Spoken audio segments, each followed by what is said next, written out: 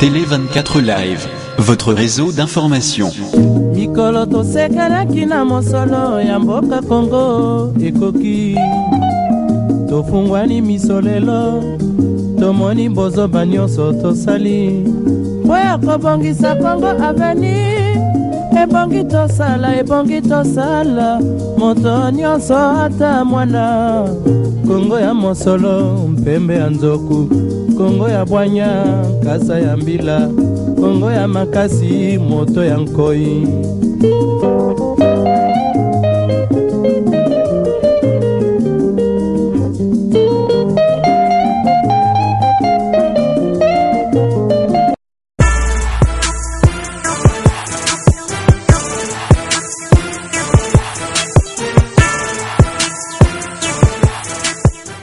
Mesdames et messieurs, très chers internautes de www.télé24 Live, votre réseau d'information, encore une fois, merci beaucoup d'être branchés devant cette pour que vous soyez à la page des informations concernant la communauté congolaise partout dans le monde, ainsi que aux informations qui se passent au niveau de la République démocratique du Congo.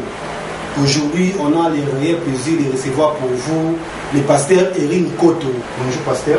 Bonjour Nono à tous et bonjour aussi à Ginette. C'est ce sont des cas très rares de retrouver une femme derrière la caméra. Ginette, merci pour le chapeau à toi.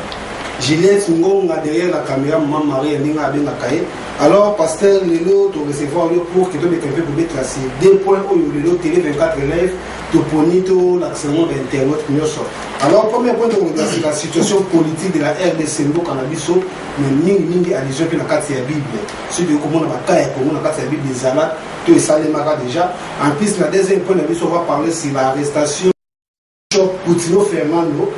Parce que comme si un pasteur, un révérend, un pasteur, il y a Congo, il y a même il y a Poto, il y a calme pour l'arrestation de Bishop Poutino. Alors, on va premier mingi, toujours le bilan en colère. Alors, pour commencer, on va déjà la première question de Bishop, d'après le pasteur Eric Koto. Et aux hommes, dans la situation actuelle de la politique et Mboka Nabiso, les nouveaux salaires.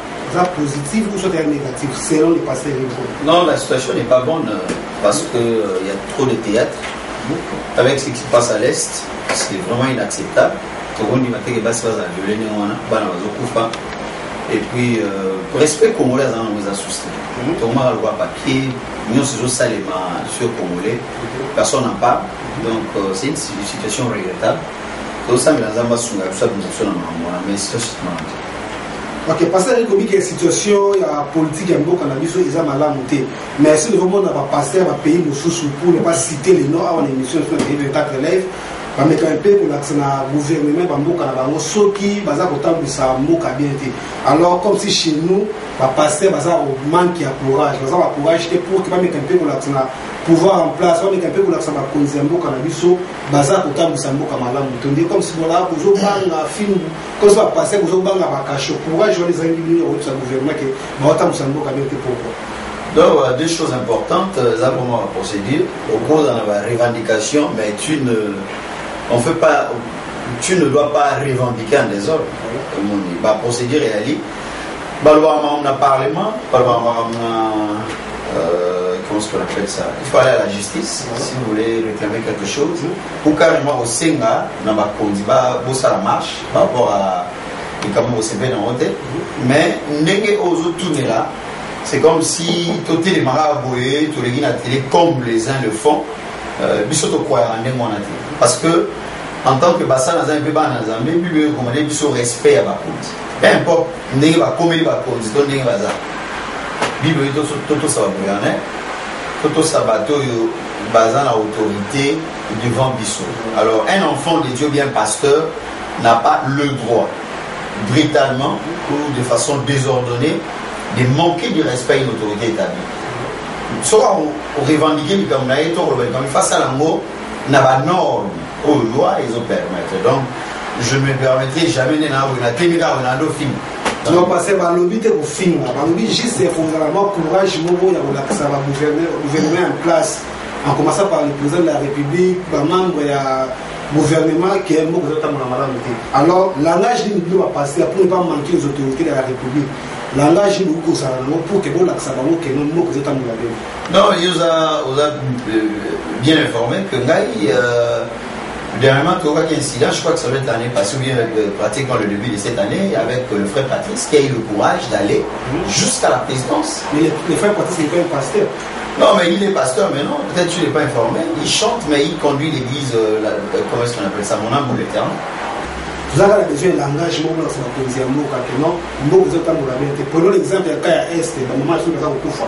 Nini O déjà, voir même à passer à Afrique ici, Congolais, Bossali, pour la police, vraiment, on en a marre, il y a aux de Kaya Est.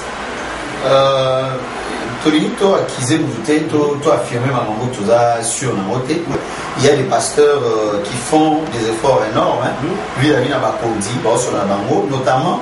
Je te prends un exemple, l'évangéliste Kizami Nakibila, qui a pratiquement sacrifié son ministère, quoi qu'il n'a pas parlement, a approché, pouvoir en place, a fait sa idée, n'a pas au salon. Il y a des gens qui le font, peut-être que, et ça, ils ont attiré l'humilité, mais il y a des gens qui le font. Il y a des pasteurs qui parlent, qui revendiquent, qui réclament, mais de façon ordonnée. Notre problème, c'est qu'il faut qu'il y ait un certain respect, une certaine bonne façon de faire les choses. Tu as cité l'exemple du pasteur, le prophète Joshua, David Joshua. Il n'y a pas que lui au Nigeria qui est pasteur, il y en a plein. Mais pourquoi Joshua? Parce que chacun a aussi un appel. Bisous, c'est tout bien ami Yako, l'année la mamba kondi, toko le banabangote po. Appel na biso et le royaume moto bengami au 16 à côté le banzam. Côté à ma balle, à côté à ma prospérité. Le banzam en général.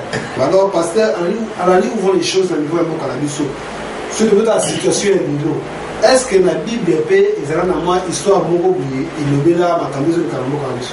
Oui, Israël est mort. Israël est mort parce que c'est un peuple le plus persécuté. Banda Zala, Kenda Babumbu, Azonga, Tilelo, entouré dans l'ennemi.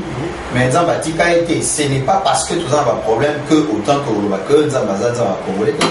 Dieu est avec nous, sauf que bon, suite à la richesse qu'on a en gros, bénédiction ça va faire ça biso, tout ça va Banguna est belé, rival.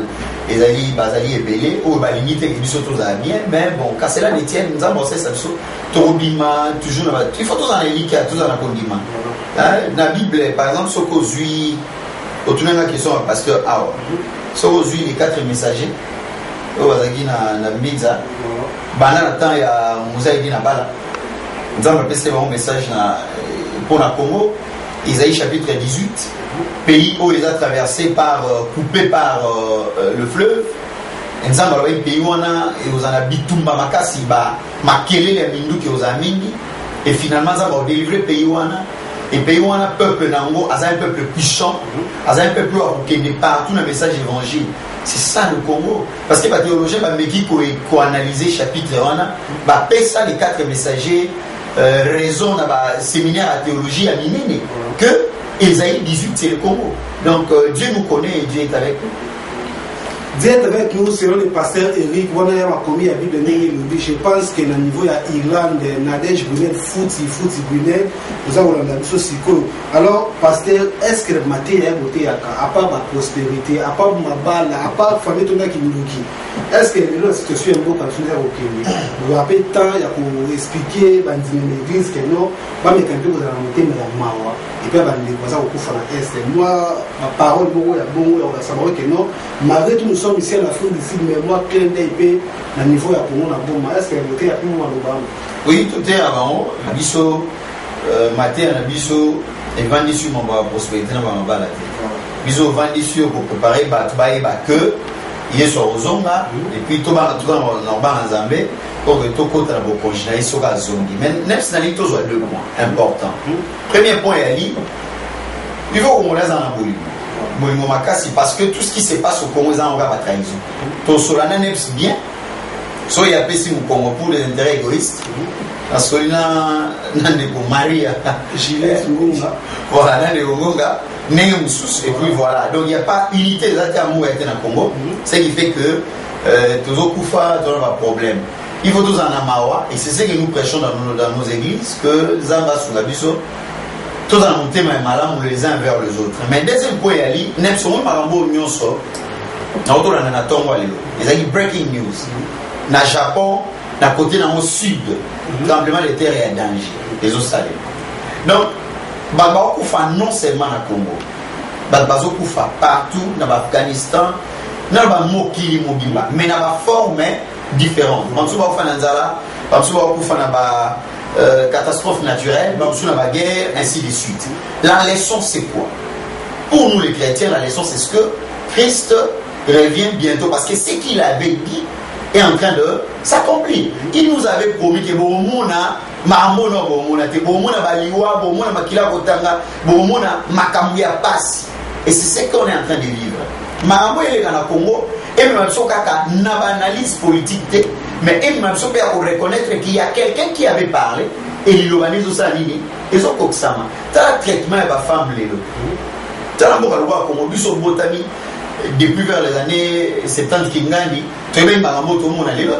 la femme azali, donc c'est-à-dire, comme ça, moi, si victime, na Congo, tu comme number one. Congo a abattre le record. Ouais, tu l'équipe partout. Abattre le record, na l'Union pour la moitié. Incroyable. Donc la parole, la prophétie est en train de s'accomplir. Il faut tout balancer, tout que Bilara Nzambe quand même pour ça. Voilà.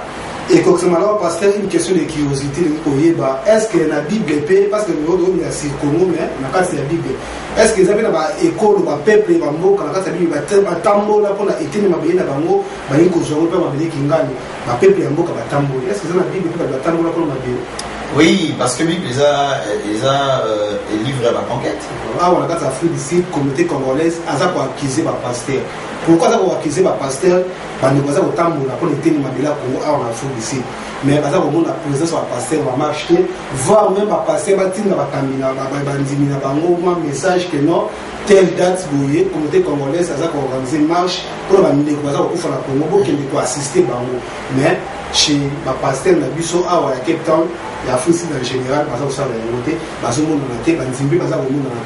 tous les pasteurs n'ont pas voulu m'attiter, bon devant Bishop Obeta, bon devant Bishop Église la milieu Kangaba, deux fois. Donc, réunis la semaine, voilà, tous les pasteurs, et ça t'as passé à mon côté là-bas, ils vont tout dans le bino, passer la bino à l'ité, tout ça la Kenny. Donc, on tout dans Thomas le coffre, la minute on est dans sa boîte, bon, comme il a un problème, la biche, on a bon, il va venir la main qui la fait. Bon, je crois que il faut tout quand même. Nani a organisé la marche, nani a béni nani, et puis nani a bourré la marche. La communauté congolaise. Évidemment, pour la communauté congolaise, pour facilement, mais vous voyez, ça veut dire quoi la communauté congolaise? Est-ce que les gens vont congolais bazawa, mais vous voyez même pas bango, ni ba combo, ni banda combo, c'est aussi la communauté congolaise. Communauté, c'est une minorité à bâtiment côté. Les minorités, parce que la communauté a organisé, ils ont l'élection, ils ont posé un risque, peut-être que les pasteurs n'est pas informés. La communauté a organisé, à niveau des musiciens, il y a des pasteurs, il y a des colonistes, il y a organisé à niveau du parce que les pasteurs aussi sont organisés. Nous avons un président ici à Maitland qui s'appelle le pasteur Bienvenu. Il conduit plus de 200 et quelques pasteurs. Si vous avez un pasteur, il y a 50 membres.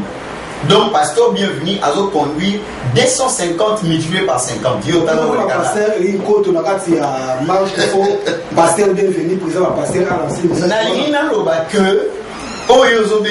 communauté organisée, il faut bien parce que organisation à niveau peut-être il y a des combattants et vous allez différents dans l'organisation à niveau de pasteur. Il faut qu'il y ait une certaine cohésion. Est-ce que bateau va organiser la marche? Est-ce qu'il va coûter la rana conduire l'organisation? Parce que l'organisation est bien. Et ça, on peut dire que Nambo a Cape Town l'organisation d'étudier ça. Organisation, il y a des étudiants congolais à Cape Town. Et ça dit. On va passer une compte pour que aussi c'est ma première point de vue. On a les camoufles qu'on a marche, organisation, qui va coucher, qui chaka. Alors, ni les gens qui vont organiser la marche, dans les jours qui viennent, tout le monde a bien présence à la pasteur dans la marche. On est aussi dans la organisation. Nous aussi dans la bandego parce que misala on a pas la ça soit preuve il y a une bonne organisation. Parce que de ma part, personnellement, je l'assume. Il y a trop de désordre. Ouais. On ne sait pas qui est qui fait quoi. Trop de présidents, trop de chefs. Et trop de colère. Au moins, dans le groupe, on a tout à bingo. Mais si matin,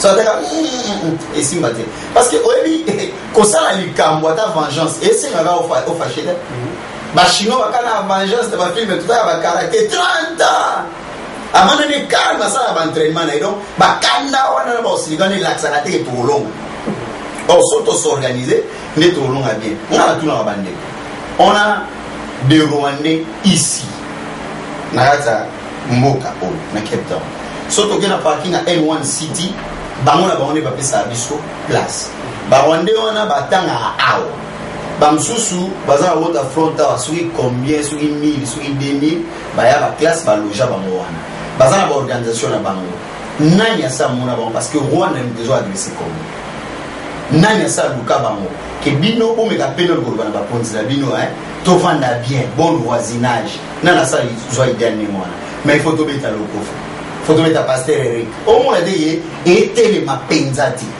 c'est ce que j'appelle le désordre c'est-à-dire que il faut pas mitou et ça la bitou mo et la bitou malu yingiti et zo tali kolo ba ta mbongo emine baza derrière makambo donc il faut mitou ya solo kota makambo o po mitou ya solo kota makambo yo il faut ba expliquer à la pause voilà. Je pense que les propos tenus par le pasteur Eric Nkoto ils ont engagé Kagaïmo. Ah moi il y a bani. Mais le pasteur il faut information la communauté congolaise est organisée parce que 3 semaines passées déjà les grandes élections président communautaire bini ba kesi ba voter le président. Président Mike Alomba o azali moko ya mosala l'église na yo.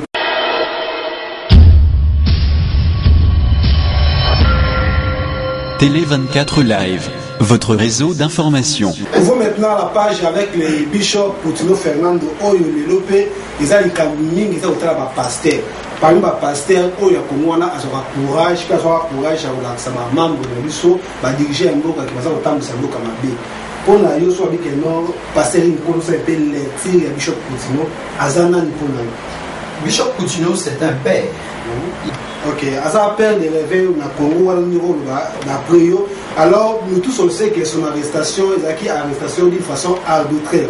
Alors, pour nous, le légué Bakanga Bishop Poutino, et ça va bon, Neps, au moni, Bamambo, Kotuna Mo, ils ont facile, mais pour analyser, ils ont moins facile. Et c'est difficile parce que tu n'as pas le temps. Il y a le biga qui non, Bakanga est de façon arbitraire. Mais il y a des gens en Afrique du Sud. Il y a une Congo. Bon, il reste pas eu. Nasco de ma part n'a évité parce que j'étais ici, n'a évité exactement qu'est-ce qui s'est passé.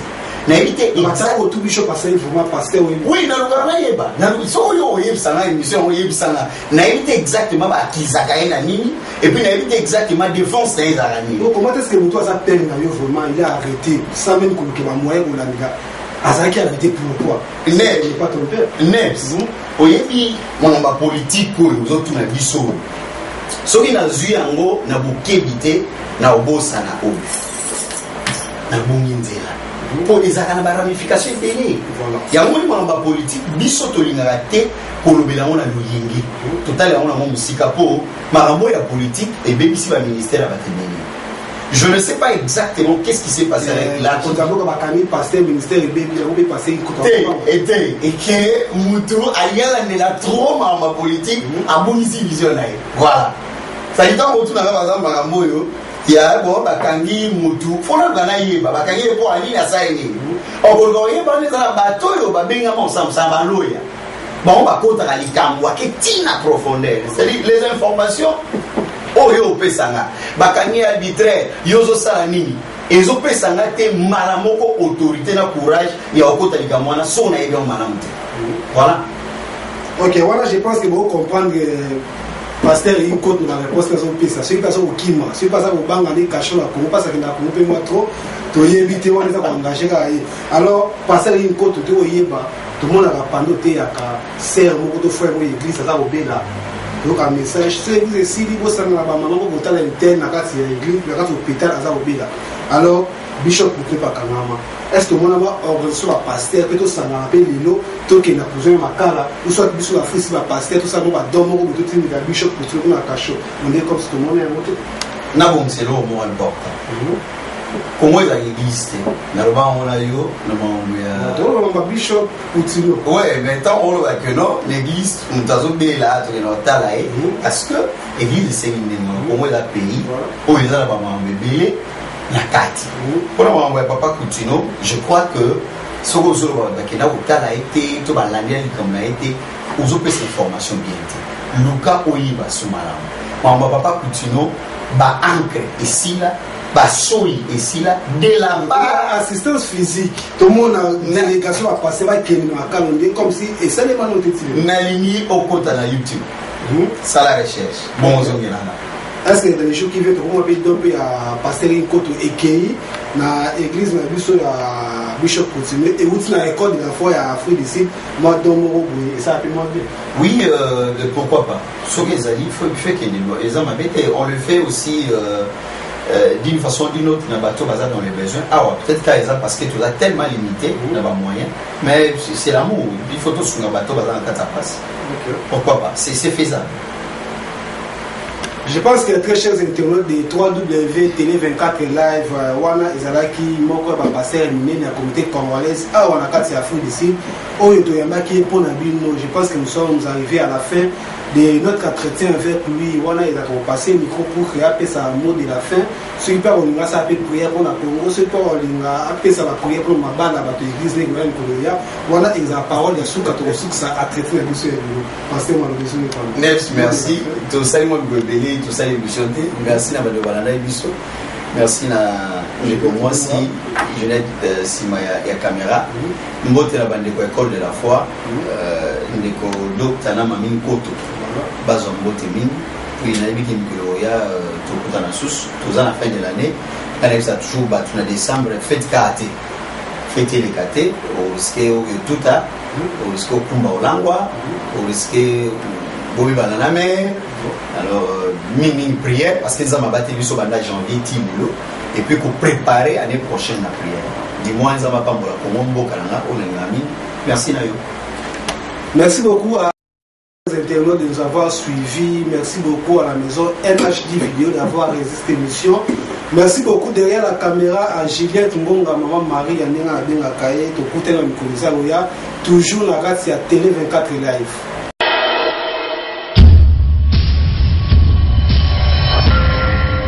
Télé 24 Live, votre réseau d'information. Mikolo tosekelaki na mosolo ya mboka Congo ekoki tofungwani misolelo tomoni bozoba nyonso tosali oya kobongisa Congo aveni ebongi tosala moto nyonso ata mwana Congo ya mosolo mpembe ya nzoku Congo ya bwanya kasa ya mbila Congo ya makasi moto ya nkoi